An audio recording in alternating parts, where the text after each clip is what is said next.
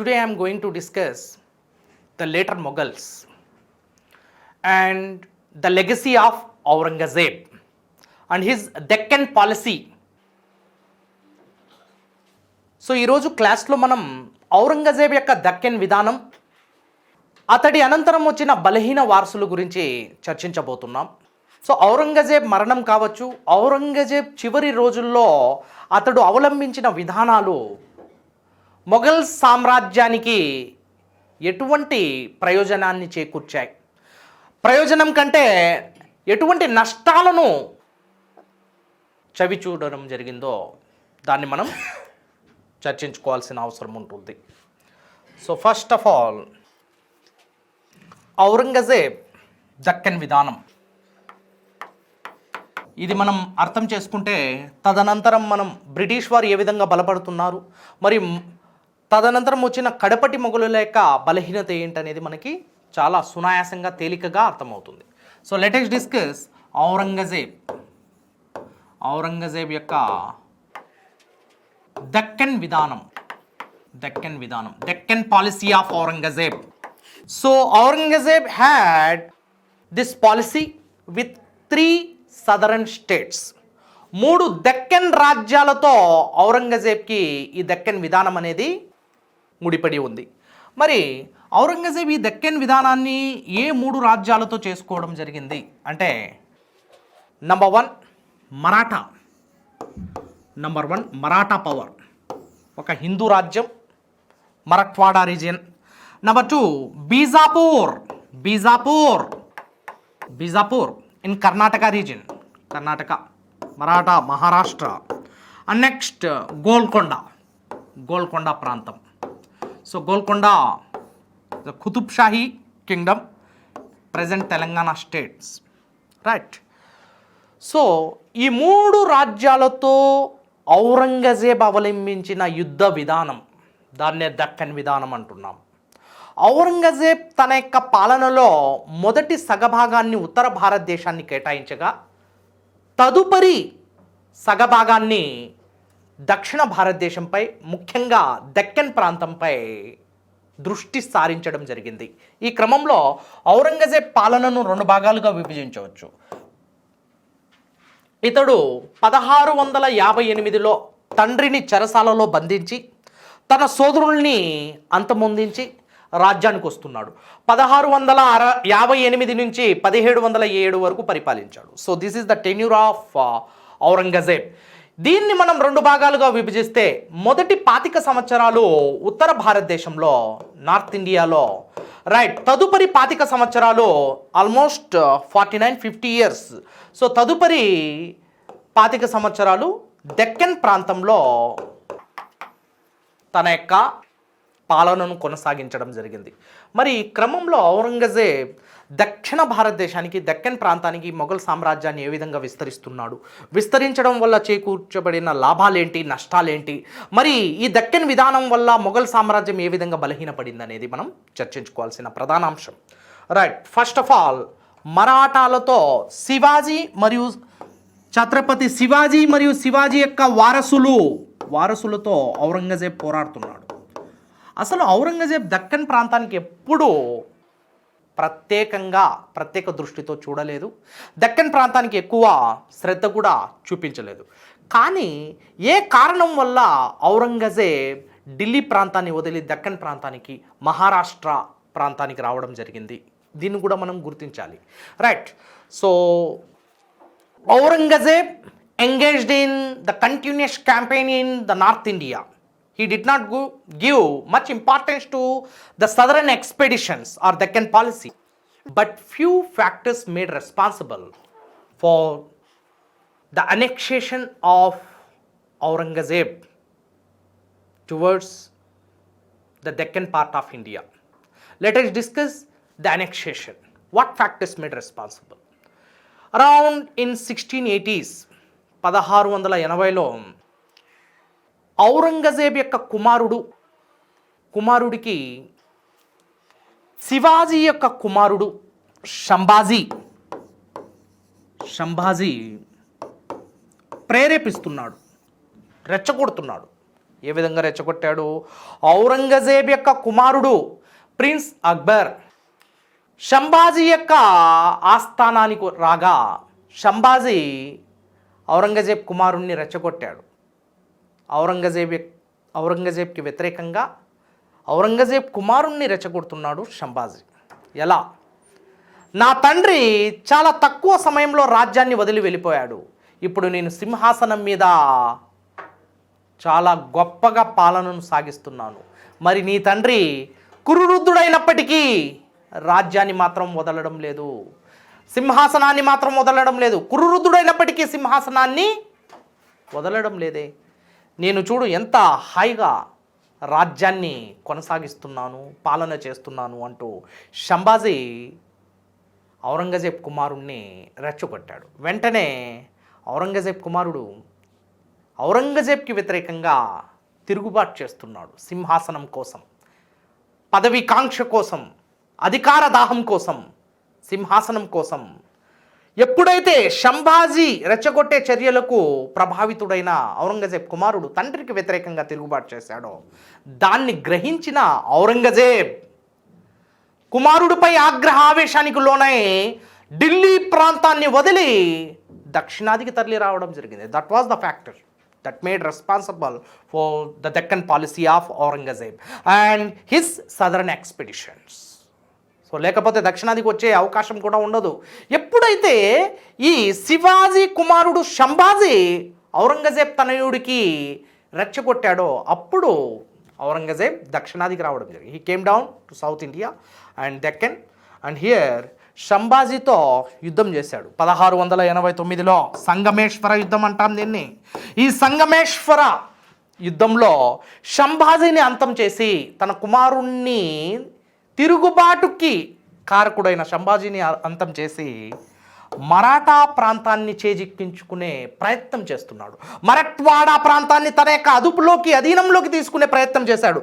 కానీ షంబాజీ అనంతరం పెద్ద కుమారుడు, జ్యేష్ఠ కుమారుడు, శివాజీకి జ్యేష్ఠ కుమారుడు, right, soon after the death of Shambhaji, younger son of Shivaji, Rajaram came to power. చూడండి ఎంత లింక్ ఉంటుందో ఇక్కడ.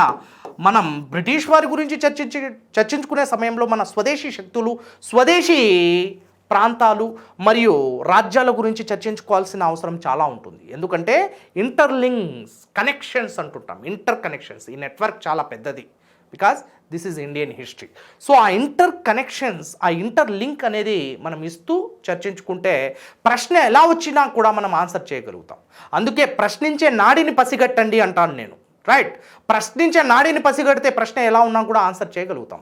ఆ నాడిని పట్టుకోవాలంటే, ఎగ్జామినర్ పల్స్ని మీరు క్యాచ్ చేయాలంటే సబ్జెక్ట్లో మీకు ఇన్డెప్త్ నాలెడ్జ్ ఉండాలి. పూర్తి స్థాయి పరిపూర్ణమైన అవగాహన, సమగ్రమైన అవగాహన, పూర్తి స్థాయి పట్టు ఉండాలి, రైట్. సో ఇక్కడ మనం గమనించాలి, షంబాజీ మరణాంతరం 1689 నుంచి 1700 వరకు దాదాపు 11 సంవత్సరాల పాటు శివాజీ యొక్క చిన్న కుమారుడైన రాజారాం రాజ్యానికి వచ్చాడు. Younger son of Shivaji, Rajaram, came to the throne in the year 1689, soon after the death of his brother Shambhaji. Right, here Shivaji's son Rajaram had a strong control over Marathwada region and he was the great warrior and having guerrilla tactics, guerrilla skills, war behind the screen. Guerrilla యుద్ధ తంత్రంలో గొప్ప నిష్ణాతుడు, తన తండ్రి లాంటి వాడు. ఎవరో? రాజారాం. అంటే guerrilla యుద్ధాలంటే మనం గమనించాలి, మరాఠాలు గెరిల్లా యుద్ధాలు ఎక్కువ చేశారు. అసలు గెరిల్లా యుద్ధ తంత్రం అంటే ఏంటి, గెరిల్లా యుద్ధ తంత్రం ఎలా పుట్టింది ఒకసారి మనం గమనిస్తే, నేడు మన మావోయిస్టులు, నెక్సలైట్స్ అంటుంటాం, వారు ప్రభుత్వానికి వ్యతిరేకంగా గెరిల్లా యుద్ధాలు చేస్తుంటారు. ఎందుకంటే వారి వద్ద ఆయుధ సంపత్తి, వారి వద్ద సైనిక బలం, వారి వద్ద సామాగ్రి, యుద్ధ సామాగ్రి తక్కువగా ఉంటుంది. కాబట్టి శత్రుశేషంపై వారు దాగి ఉండి, ప్రత్యక్ష యుద్ధం కాదు, దాగి ఉండి యుద్ధాలు చేస్తారు. ఏ గుట్టలలో, కొండలలో, చెట్లపైనో, ఎక్కడో అడవులలో ఉంటూ ప్రభుత్వ అధికారులపై దాడి చేస్తుంటారు, రైట్. మంత్రులపై దాడి చేస్తుంటారు, ప్రభుత్వ యంత్రాంగంపై దాడి చేస్తుంటారు. నక్సల్స్, మావోస్ చేసే యుద్ధాలే గెరిల్లా యుద్ధాలు. ఆ కాలంలో ఈ గెరిల్లా యుద్ధ తంత్రాన్ని ప్రవేశపెట్టిన ధీరుడు, వీరుడు, సూర్యుడు శివాజీ, ఛత్రపతి శివాజీ. ఎందుకు శివాజీ మైదానంపై పిచ్ బ్యాటిల్స్ అంటుంటాం, అధికారికంగా యుద్ధాలు చేయడు, ఎందుకు గెరిల్లా యుద్ధ తంత్రంలోనే అతడు విజయాలు సాధిస్తున్నాడు, మైదానంలో ఎందుకు యుద్ధాలు చేయడం లేదంటే అతడి ప్రాంతానికి రక్షించేంత సైనిక బలాన్ని అతడు కలిగి లేడు. ఎందుకు ఆ సైనిక బలం శివాజీకి లేదు? కారణం ఏంటంటే ఆ సైన్యాన్ని పోషించే ఆర్థిక స్తోమత అతడికి లేదు. Because Marathwada region comes under the complete different geographical conditions. So this Deccan Plateau, Marathwada region ekkundi, Deccan Plateau, and Deccan Plateau is not flat, it is ups and downs, which is not conducive for the growth and the development of agriculture. Agriculture or agrarian economy is the main source of economy, but this Deccan Plateau is not conducive for the growth and the development of agrarian economy. ఎగుడు దిగుడులుగా ఉన్నాయి భూములు ఇక్కడ, right? ఈ మరాఠ్వాడా భూములన్నీ ఎలా ఉన్నాయి? కొండలతో, గుట్టలతో, అడవులతో ఇలా ఉన్నాయి, ఎగుడు దిగుడులుగా ఉన్నాయి. ఇవి వ్యవసాయ యోగ్యమైనవా? వ్యవసాయానికి పనికొస్తాయా? పనికిరావు. మరి వ్యవసాయం అనేది ప్రధాన ఆర్థిక వ్యవస్థగా ఉన్న ఆ రోజుల్లో వ్యవసాయ ఉత్పత్తి కనిష్ట రూపంలో ఉన్నప్పుడు మరి రాజ్యానికి ఆదాయం ఉంటుందా? రాజ్యానికి ప్రధాన ఆదాయం మార్గం ఏంటి? వ్యవసాయం నుంచి వచ్చిన ఉత్పత్తి నుంచి భూమి శిస్తును వసూలు చేయడమే రాజ్యానికి ప్రధాన ఆదాయ మార్గం. కానీ ఇక్కడ అటువంటి ఆదాయ మార్గం లేదే. శివాజీకి మరాఠ్వాడా ప్రాంతానికి ఛత్రపతి అయ్యాడే తప్ప అతడి యొక్క రాజ్యాన్ని సంక్షేమంగా నిర్వహించుకునేందుకు, పాలనను గాడిలో పెట్టేందుకు రాజ్య ఆదాయం అనేది లేదు శివాజీకి. అందుకే అతడు ఏం చేస్తున్నాడు? గెరిల్లా యుద్ధ తంత్రాన్ని నేర్చుకుంటున్నాడు. చూడండి, ఏ దేశ ఆర్థిక వ్యవస్థ అయినా, ఏ రాజ్యం యొక్క ఆర్థిక వ్యవస్థ అయినా, ఏ ప్రాంతం యొక్క ఆర్థిక వ్యవస్థ అయినా ఆ ప్రాంతం, ఆ రాజ్యం, ఆ దేశం యొక్క భౌగోళిక అంశాలపై ఆధారపడి ఉంటుంది. So the geographical conditions influenced and determined the economic status of that territory or that land or that nation or country. ఆ రాజ్యం యొక్క ఆర్థిక వ్యవస్థ ఎలా ఉండాలి అని చెప్పేది ఆ రాజ్యం యొక్క భౌగోళిక స్వరూపం. Note this point, this is very important, and this comprehensive outlook is very important for each and every competitive as. సమతలంగా ఉండవు, ఎగుడు దిగుడుగా ఉంటాయి. మరి ఎగుడు దిగుడు భూముల్లో వ్యవసాయ యోగ్యానికి పనికొచ్చే భూములు చాలా తక్కువగా ఉంటాయి. అందుకే వ్యవసాయం నుంచి ప్రధాన రాజ్య ఆదాయ మార్గమైన భూమి శిస్తు అనేది ఇక్కడ కొరవడుతోంది. మరి రాజ్యానికి సక్రమంగా పరిపాలించలేకపోతున్నాడు.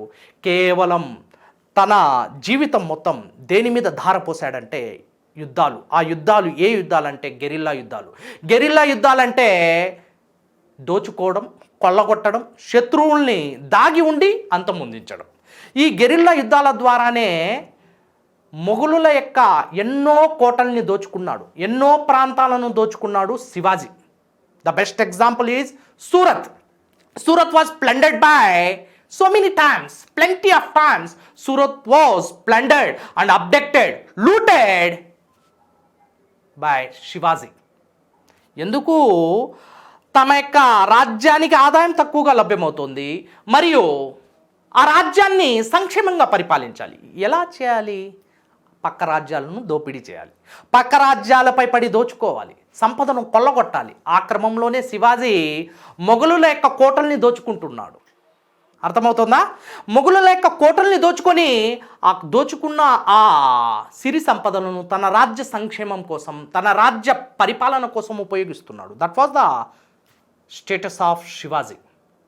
ఓకే, మరి ఇక్కడ మనం గమనించాలి, అదే గెరిల్లా తంత్రాన్ని శివాజీ యొక్క కుమారుడైన రాజారాం, రెండవ కుమారుడు, గొప్ప గెరిల్లా యుద్ధంలో ప్రావీణ్యత కలిగిన వాడు రాజారాం. మరి ఈ రాజారాం మొఘల్ యొక్క సైన్యంతో గెరిల్లా యుద్ధాలు చేస్తూనే గొప్పగా ఒక విజయ పంతాలో నిలవడం జరిగింది. మరి ఔరంగజేబ్ కొన్ని కోట్ల రూపాయల్ని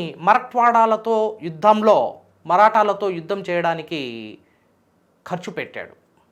కానీ ఫలితం దక్కలేదు పూర్తిగా. కేవలం యుద్ధాల్లో పాక్షికంగా ఓడిస్తున్నాడు, కానీ పరిపూర్ణంగా మరఠ్వాడా రాజ్యాన్ని చేజిక్కించుకోలేదు ఔరంగజేబ్. ఆ తర్వాత రాజారాం 1700లో మరణించిన అనంతరం రాజారాం యొక్క భార్య సతీమణి తారాభాయ్ రాజ్యానికి వచ్చింది.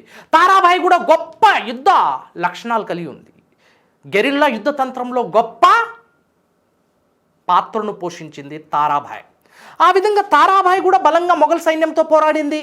కానీ మొఘలు సైన్యం కోసం కోట్లాది కోట్ల రూపాయలు ఈ ఔరంగజేబ్ వెచ్చిస్తున్నాడు యుద్ధాల్లో. కానీ పరిపూర్ణమైన గెలుపు అనేది రావడం లేదు. మరఠ్వాడా ప్రాంతం పూర్తి స్థాయిలో మొఘలుల యొక్క వశం కాలేదు, మొఘలుల యొక్క అధీనంలోకి రాలేదు. సో ఈ విధంగా మరాఠా అనేది అర్ధాంతరంగానే ముగిసింది. So Aurangzeb's conquest of Marathwada region is not completed fully, right? Only half of the parts were conquered and annexed to Mughal Empire, right? Coming to Bijapur పాలకులతో యుద్ధాలు చేసి 1685 మరియు 1686 వరుసగా 2 సంవత్సరాల పాటు బీజాపూర్తో యుద్ధాలు చేసి కర్ణాటకలో బీజాపూర్ ప్రాంతాన్ని పట్టుకున్నాడు. బీజాపూర్ని మొఘల్ సామ్రాజ్యంలో విలీనం చేశాడు ఔరంగజేబ్. నెక్స్ట్ చివరిగా 1687లో గోల్కొండ ప్రాంతానికి వచ్చాడు. ఈ గోల్కొండ ప్రాంతాల్లో 1687లోనే వరుసగా 3 సార్లు వచ్చాడు. మొదటిసారి మొఘల్ సైన్యం గోల్కొండను ముట్టడానికి చేసిన ప్రయత్నం బెడిసి కొట్టింది. రెండవసారి మళ్ళీ ప్రయత్నించాడు, కానీ పాక్షిక గెలుపు మాత్రమే సాధ్యమైంది. కోటను మొత్తం కొల్లగొట్టడం, కోటను తమ యొక్క అధీనంలోకి తీసుకోవడం సాధ్యపడలేదు. కానీ చివరిగా ఔరంగజేబ్ గోల్కొండ సేనానులతో కుట్రను చేసి సేనాపతుల యొక్క సహాయంతో గేట్లను తెరిచి లోపలికి మొఘల్ సైన్యం చొచ్చుకుపోయింది. ఆ క్రమంలోనే గోల్కొండ అనేది మొఘలుల యొక్క వశమవుతోంది. 1687లో మొఘలులు సాధించిన చిట్ట చివరి రాజ్యం గోల్కొండ రాజ్యం. 15వ సుబా మొఘలులకి భారతదేశంలో 15 సుబాలు ఉన్నాయి, 15 రాజ్యాలు. మొఘల్ సామ్రాజ్యంలో అంతర్భాగంగా 15 రాజ్యాలు ఉన్నాయి. అందులో చిట్ట చివరి రాజ్యం గోల్కొండ రాజ్యం. ఓకే, ఈ విధంగా గోల్కొండను సాధించాడు. కానీ ఔరంగజేబ్ చివరి గడియల్లో అతడు ఔరంగాబాద్, అహ్మద్నగర్ ప్రాంతంలోనే పరిమితమయ్యాడు. వీటిని ఇతడు గెలిచినప్పటికీ ఇక్కడ పూర్తి స్థాయి పరిపాలన అనేది చేయలేకపోయాడు. అంటే ఔరంగజేబ్ యావత్ భారత ఉపఖండాన్ని పాలించాలన్న ఔరంగజేబ్ యొక్క తపన సాధ్యపడలేదు పూర్తిగా. గొప్ప చక్రవర్తి, గొప్ప పాలకుడు, కానీ పూర్తి స్థాయిలో భారత ఉపఖండాన్ని పరిపాలించడం అనేది సాధ్యపడలేదు. అక్బర్తోనే సాధ్యపడలేదు. అక్బర్కి భారతదేశాన్ని మొత్తాన్ని తన యొక్క గుప్పెట్లో పెట్టుకోవాలన్న ఒక కళ ఔరంగజేబ్ నెరవేరుస్తున్నాడు, కానీ ఔరంగజేబ్తో కూడా సాధ్యపడలేదు. అయితే ఇక్కడ మనం గమనించాల్సింది మాత్రం ఈ దక్కన్ ప్రాంతంలో యుద్ధాలు చేయడానికి ఔరంగజేబ్ తన యొక్క ఖజానాను పూర్తిగా